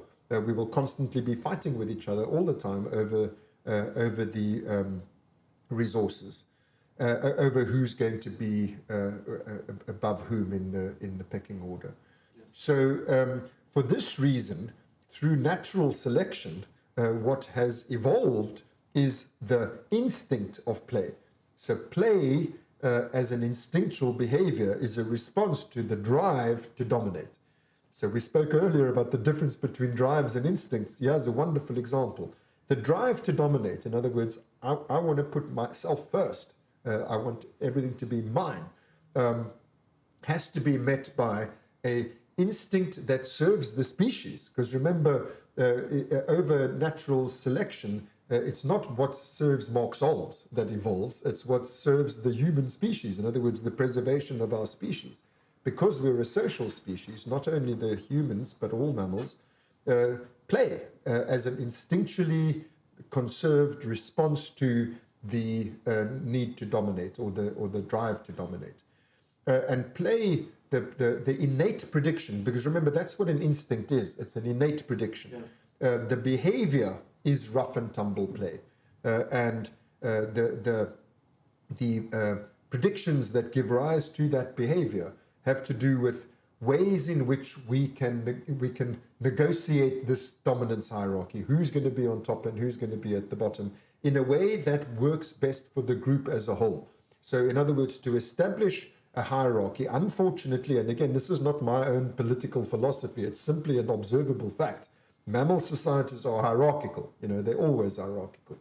And so there will be a hierarchy, but the hierarchy that is most viable is one in which there is something in it for everybody. So the more that there is buy-in from all members of the group into the hierarchical system that has been established, the more likely that group is to survive. In other words, the less likely there is to be power struggles, because there's something in it for everybody.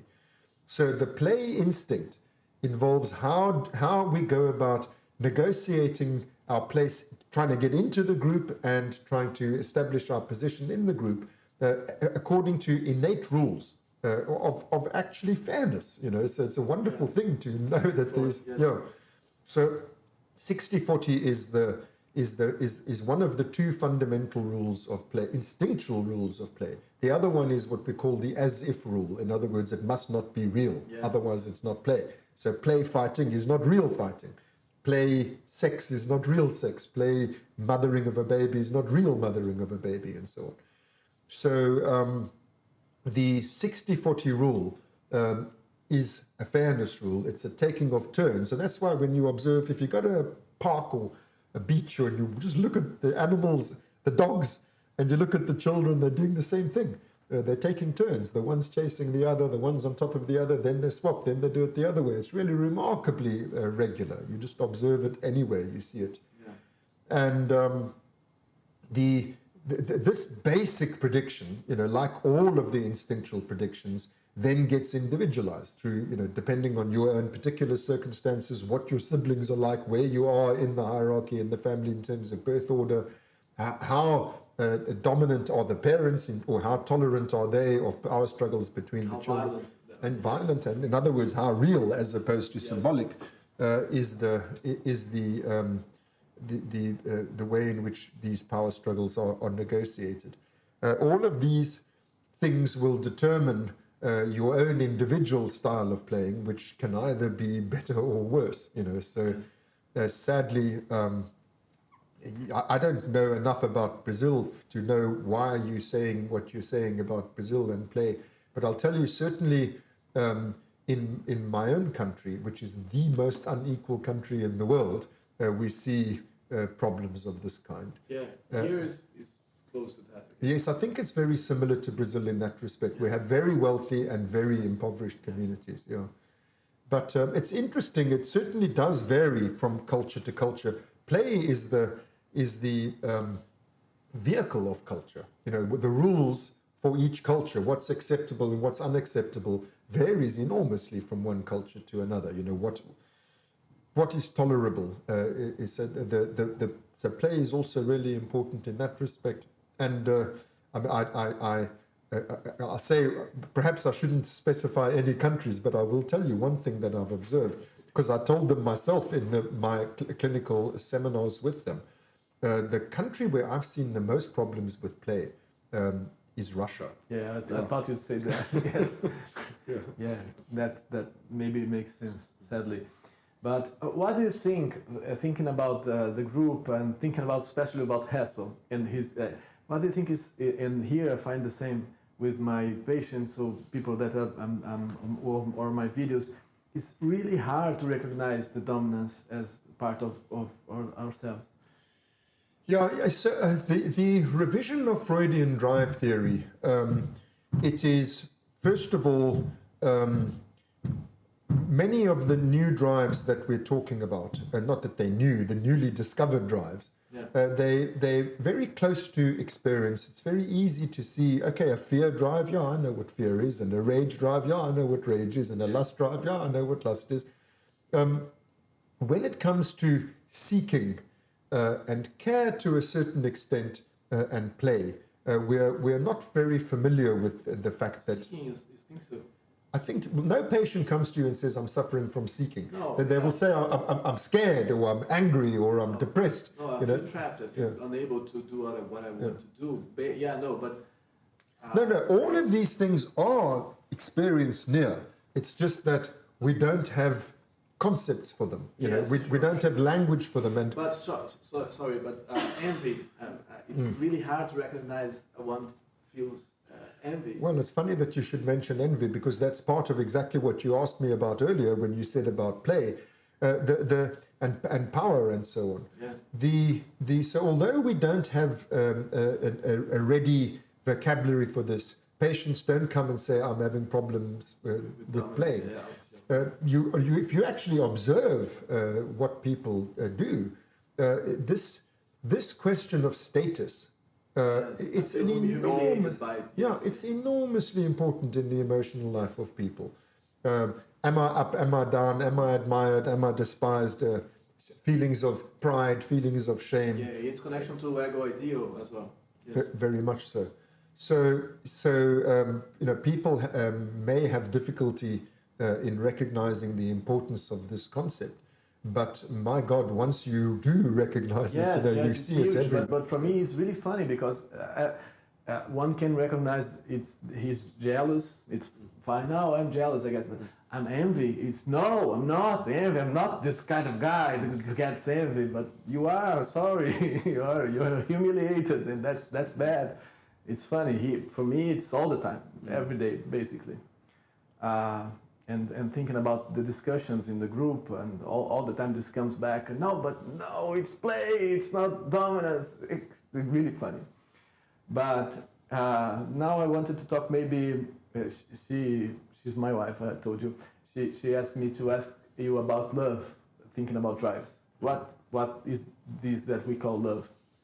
So I said more than once that we differ from Freud. We in neuropsychoanalysis differ from Freud's conceptualization of drives, and this illustrates it very well. For Freud, love was libido. You know, so it's one thing. It's then there's component drives. You know, there's oral libido and anal libido and so on. These are things that you have to get over in order to reach mature love, which is genital libido. We don't see it like that. Let me start at this end of the story. Romantic love. What drives are involved in romantic love? Well, first of all, lust. Otherwise, it's not romantic. Secondly, attachment bonding, otherwise it's not love. It's just lust. You know, panic and care. Yes. Panic, grief, and care. So we're talking about 3 drives already. Yes. So in romantic love, there is the fact that there's a sexual attraction, but you don't even need to have a partner to satisfy the lust drive. You can just masturbate. You know, so lust plus the fact that we need people to love us, in other words, to care for us and to look after us. And we need to care for and look after another person. Not always. We need them to care for us, but to care for them is a bit harder. You know, luckily, we do also need that. I mean, but that doesn't mean that we find satisfactory ways of going about it, because it clashes, it conflicts with other needs.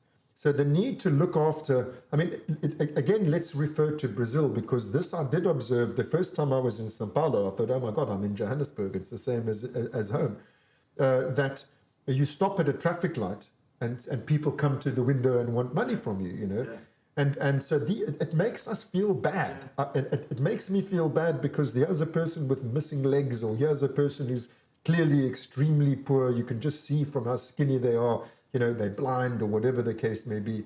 That's care. Care makes me feel concerned for that person. But rage, in other words, this person's getting in my way, they're preventing me from satisfying my need, conflicts with care. Even when we're looking after our own children, you know, I want to look after my child, I want to look after my baby, I want to make everything right for my baby, but eventually, like, what about me? You know, I've also got needs. You know, for God's sake, stop crying. You know, and so on. So these things conflict with each other. So yes, you're right. We always want to have our, but that doesn't mean that we don't suffer from the need to care too. We suffer precisely because it conflicts with other needs.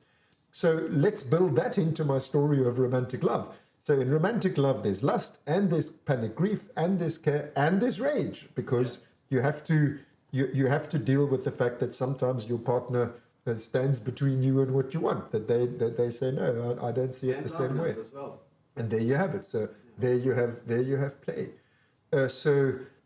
And seeking is another crucially important part of romantic love, I'm sorry to say, because how it works is, you know, there's the panic grief aspect. I want her with me forever and always. And then seeking says, but let's just see who else is available. You know? And so all of these things come into romantic love. So what is love? You know, love is, it's fundamentally, it involves lust. Romantic love I'm talking about. Yes. But then it has to also accommodate, first and foremost, panic grief.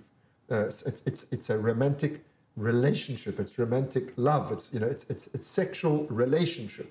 But then it's also the fact of it's not just my needs that I get cared for. It's also yours, which means play, the negotiation of power struggles of who's going to, you know, whose needs are going to come first.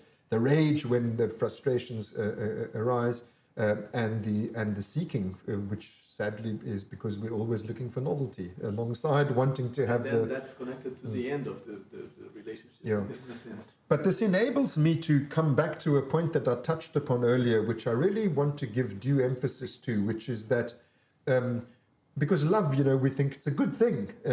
When I say, well, love incorporates all these things, it leads me to restate this point that we have a measure of health in our neuropsychoanalytical understanding. We don't think it's entirely relative, that there is a thing that is more healthy and a thing that is less healthy. And we think that what is more healthy is the deeper integration of all of these drives with each other. Mm-hmm. So a truly mature love is one which accommodates all of these different needs in a way that's viable, in a way that's, you know, that works, that there actually can be. There's a space, there's place for all of them, there's balance, there's a way in which they can all be accommodated. If something is split off, that is not incorporated with, can't be coped with within the relationship, or if something overpowers all the other aspects of the relationship, to that extent it's a less satisfactory form of love. And what we aspire to, as I say, our measure of health is a a way of living, rather than Freud's way of that one gets over, one transcends one drive need with another drive need. Our way of thinking about it is one has to reconcile all these drive needs with each other, and that's health. Yeah, great. I have other... Que horas são aí, gente? A gente tem 2 horas já. Yeah. So I want to end maybe last couple of questions. I was watching this conversation between you and Ian Mcgilchrist and Hyman Shiper, and there was these 2 questions. One you didn't finish answering about the this idea that we are trying as a society to reduce uncertainty, and that this might lead us to lose consciousness, become unconscious, or zombies, like this joke almost that Hyman did. And then you answered, but you said, but there is also seeking. And then I kept thinking, what do you think, what we are doing with AI and stuff like that, what it does to our seeking system? Well, just to make sure that everybody understands what it is that you've just said, the point that Hyman was referring to is the fact that the ideal state of affairs, what Freud called the nirvana principle, is a state of affairs in which there's no need. And in a homeostatic organism, that can only mean I have perfect predictions as to how to satisfy my every need, and so I have no uncertainty. So as the need arises, I meet it.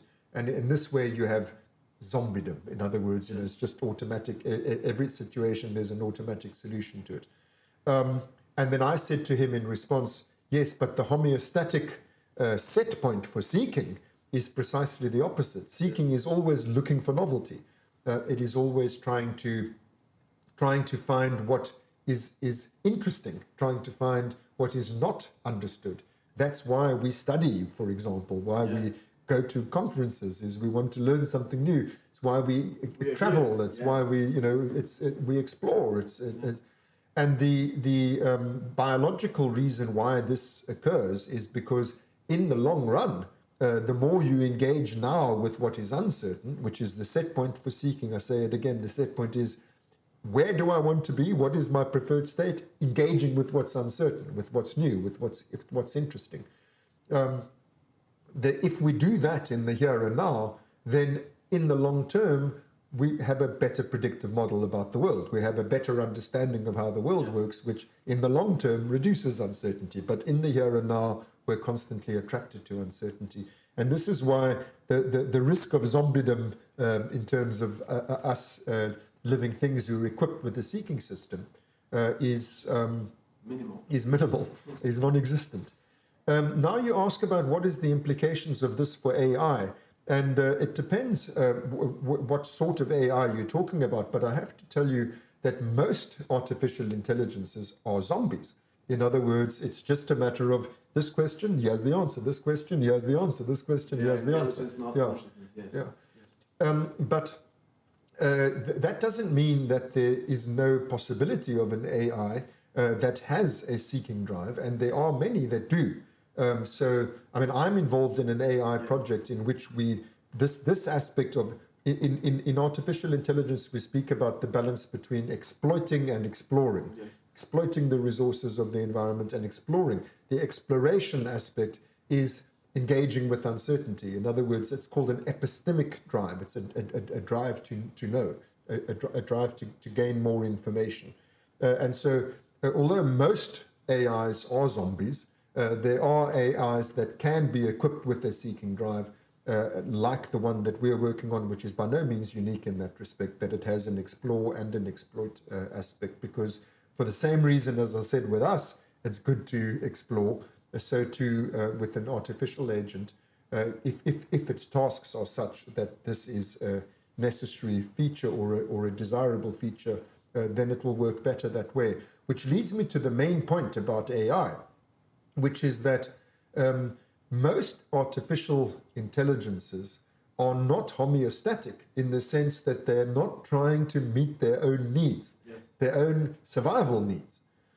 They don't are. have consciousness. They are just they are slaves that are designed to perform certain tasks that are our needs. They're not their needs.